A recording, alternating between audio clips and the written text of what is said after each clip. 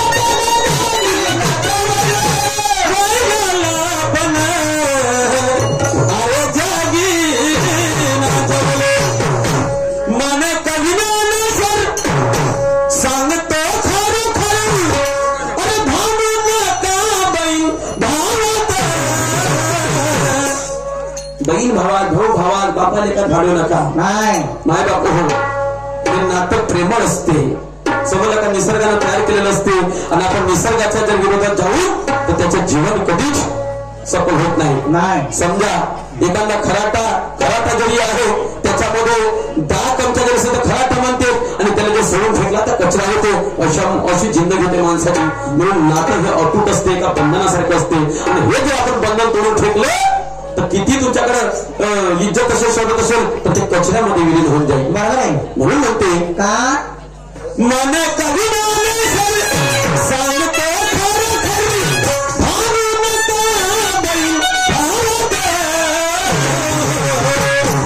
असा येऊ नको तू तावात, असा येऊ नको तू तावात, नाहीतर खातो बाळाच्या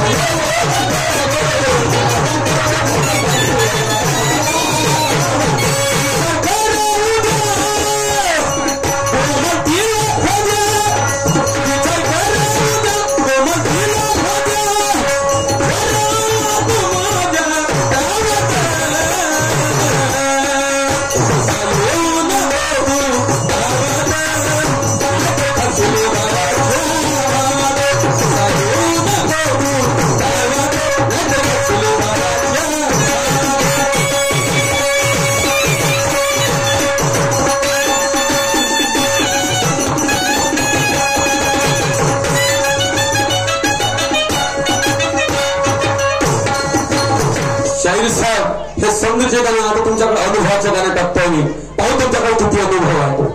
ऐका माझ्या अनुभवाचं गाणं।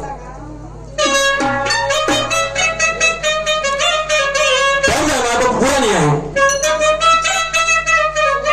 अरे सुनो मिया सुनो मिया,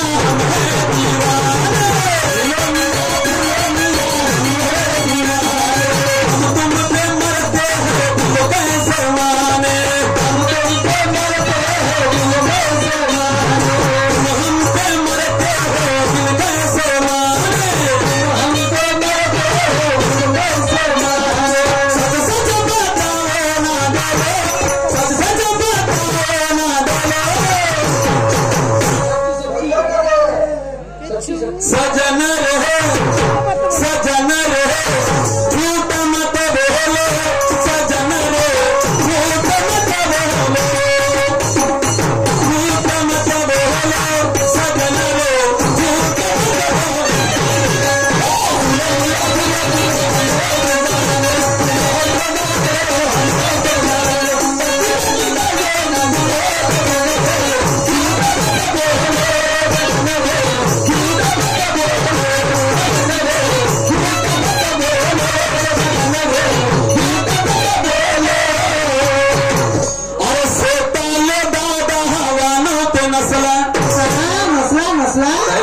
शब्द लक्ष पहिल्यांदाच गाणं बनवलं आहे मी आणि पहिल्यांदाच गाऊन राहिलो समजलं का म्हणून म्हणायचं आहे अरे सोताले दादा हवा नव्हते नसला बहिणीले पाहून घरात घसला बहिणीले पाहून घरात घसला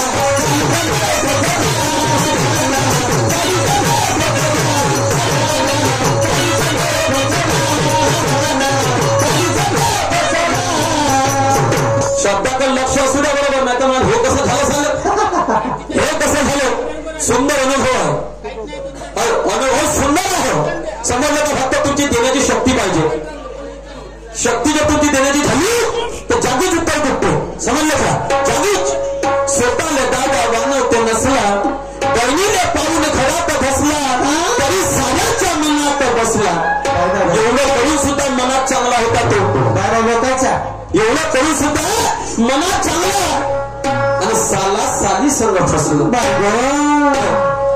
साला साली संग फसला आता कसा फसला तो तुम्हाला त्याचा निष्कर्ष करायचा आहे म्हणून म्हणायचं अरे हा सहाला अरे साली संग फसला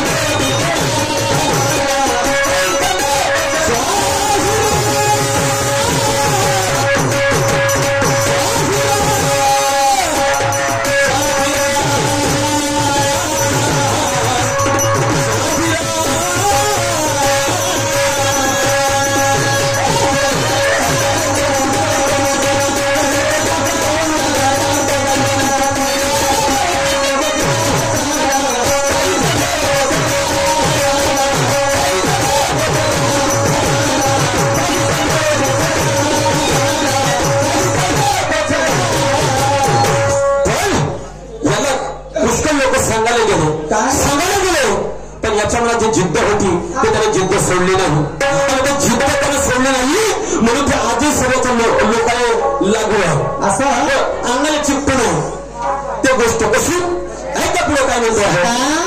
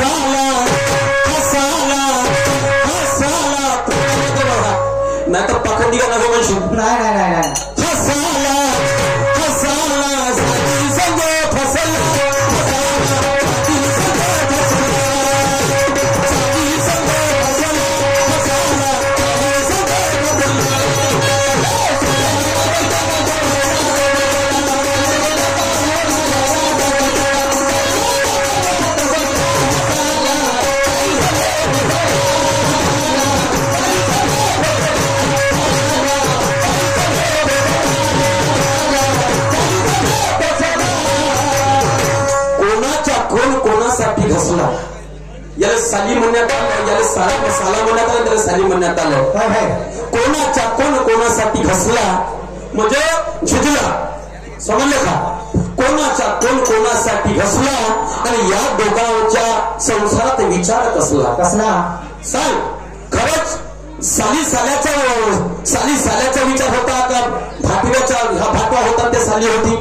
या गोष्टीचा विचार करायचा आहे. तर खरंच तर त्याची बहीण होती, मग बहीण होती तर सालीनी पोरं होती आणि साल्यानी पोरं होते. असं साल्यानी पोरं होते, सालीनी पोरं होते. पण या पोरावर असं संकट आलं याची जर फसवणूक झाली नाही साहेब तर पोरं मृत्यूमुखी पडत होते. असं पण यायला फसच लागत होतं एकामेकाबरोबर. हे जर फसले नाही तर त्याचे पोरं राहून सुद्धा ते जिवंत राहिले नसते, एक सप्पात गेले असते घाटावर. बस थोडक्यात एक वाक्य राहिलं तर म्हणायचं या दोघं साल्यानी पोरं होते. तर हे जर फसले नसते या दोनही पोराचे जे पोरं होते या दोघांची याचे पोरं खाटावर गेले असते. मग साल्याने कोणते पोरं, सालीने कोणते पोरं, समजलं का? आणि मग ते पोरं वाचले तर त्याच्या जीवनामध्ये कोणी म्हणतात ना संधीचे सोनं होते. तर संधीचं सोनं खरंच झालं संधीचं सोनं. हे मन पडले संधी साधवा आणि त्या संधी जर साधली तर तुझं सोनं झाल्याशिवाय राहणार नाही. संधी जर साधली तर सोनं झाल्याशिवाय राहणार नाही. तर त्याच्या ठिकाणी सोनं तयार झालं आणि त्यापासून ते मन पडली आहे संधीचं सोनं. समजलं का? तेव्हा संधी कोणती होईल आणि कोणतं सोनं तयार झालं?